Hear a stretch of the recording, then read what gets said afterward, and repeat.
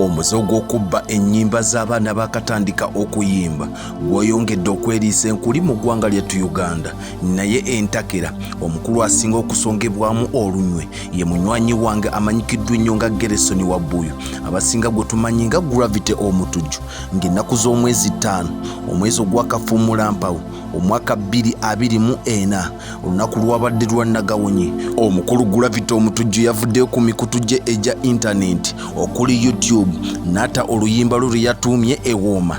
Vidiyo eno erimu ba influencers bangi nnyo okuli Tengetenge, Jjajjange ow'e Masaka akuba dansi okukira gwe wali otegedde, ba tiktokers n'abalala bangi. Yabadde yakaluta nga nkyalwekenneenya bwe nti omukulu amanyikiddwa nga Nice Menzo nankubira akasimu nangamba munywanyi Gravity Omutujju yabbye oluyimba lwange ne mugamba kikafuuwe, nampereza obukakafu obulaga nti oluyimba lulu, nampa ne ku luyimba okuluwulirizaamu. Bwe nawulirizaamu ku luyimba Sseruganda amaanyi gampedde ne ngamba abaana abato abakatandika endongo bagenda kukola batya nga bakulu baabwe bino bye bakola. Oluyimba lwe nawulirizaamu olw'omwana ono yakatandika Nice Menzo lwe ngenda okuzannyiramuko lwokka oluwulire, olulwe baluyita emmere ya Ajati Ewooma. Then male nkubuulire naawe odduke owulize ku lwa Gravity Omutujju ogeraageranye. Oluyimba bw'oluwulira ebigambo byebimu, eŋŋoma y'emu n'entambula yaalwo y'emu. Olwa Menzo luluno kandukuwe.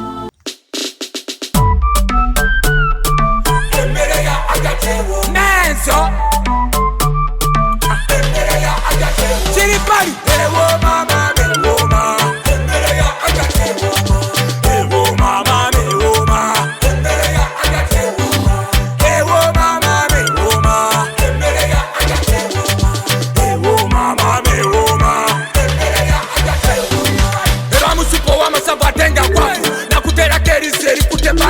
Ebakuli ayoja nayo zate ziba nchafu, emmere ya Ajati Ewooma enyumisa life, aletafu kamite ne bwoba n'emitafu, ate bw'omunyaga nyingira wakuba ne kufu, ow'ekikumi ow'ebibiri ne bwoba n'ekido, mukaba w'emmange wa Ajati mba ku kido, ne bw'aba mpadde emisana muwenja n'ekiro, ngenda azimbirira obugere nga taata wa Budo, alina kabulanca w'okuba esalaama, oli asidde ebijanjalo n'obiyita ennyama, aboobeza akatoke n'obulo kuba engalo, alina katasa n'epipa wo n'abira engalo. Ewooma Ewooma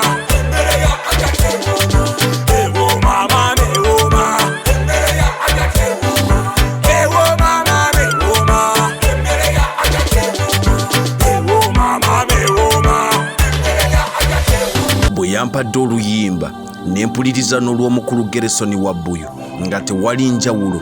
Mu mutima gwange n'ensooka nfunamu omwoyo awakana ne mubuuza luno oluyimba lwo tubanga olwawulidde olwa Gravity n'odduka mu studio n'okola olulwa. Nampa bwino asinga kaawo nangamba genda ku mukutu gwa YouTube ogw'omukunja atasera, nadduse bunnambiro okutuukayo ng'oluyimba lwa Nice Menzo yaluta mu mwezi ogwamukulukusa bitungotungo omwaka oguwedde ogwa 2023 bw'ogattagattamu gy'emyezi 6 emabega. Olwa Gravity yakaluta olunaku lumu emabega, kuba vidiyo eno ngikoze olunaku olwaleero ng'ennaku z'omwezi 6 omwezi ogwakafuumulampawu omwaka 2024 nga tewali kuwannaanya, ng'olw'omwana ono omuto eyakatandika okulya mu ndago lwe lukadde ku lwa Gravity Omutujju.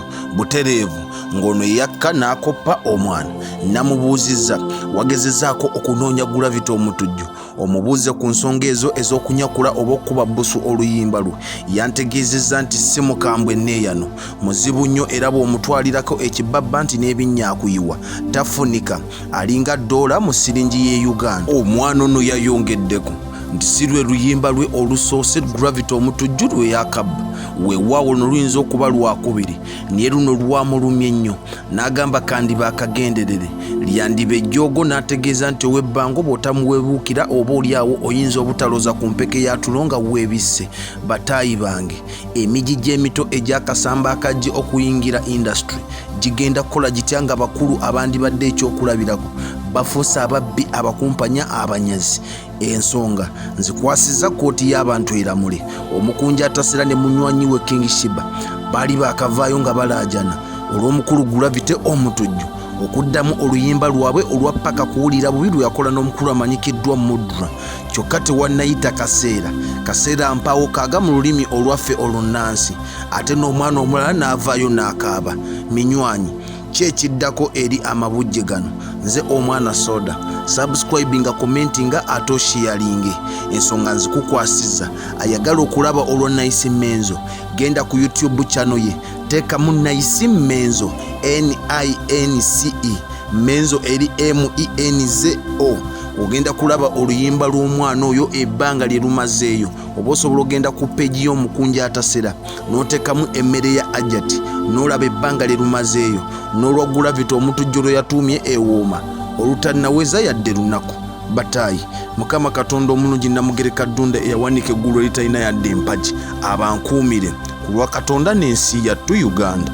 Lwaki mubbenyi bapukamingi ne Gravity va kulimba lwango lw'ennyama waluzeemu nalokona wa NOBX lwaki mukikola bannange NOBX lwaki omusajja yazeemu oluyimba lwange ssebo Gravity va ku luyimba lwango lw'ennyama va ku luyimba lwange oli nalikola dda myezi mukaaga egiyise va ku luyimba lwange ssebo olw'ennyama luveeko lwesonywe taata kola ebibyo ssebo leka kubanyuma z'abapukamingi ssebo taata va ku luyimba lwange olw'ennyama luwazeemu NOBX yaluguza yogera va ku luyimba lwange ssebo.